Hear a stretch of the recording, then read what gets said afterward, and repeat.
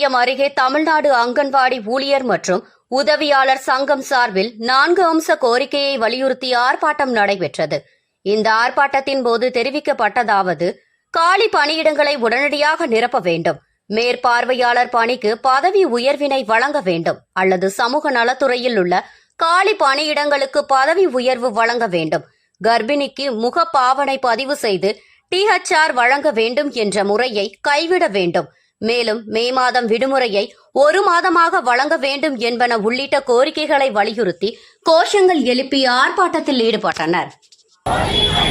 செல்போனில் பணியா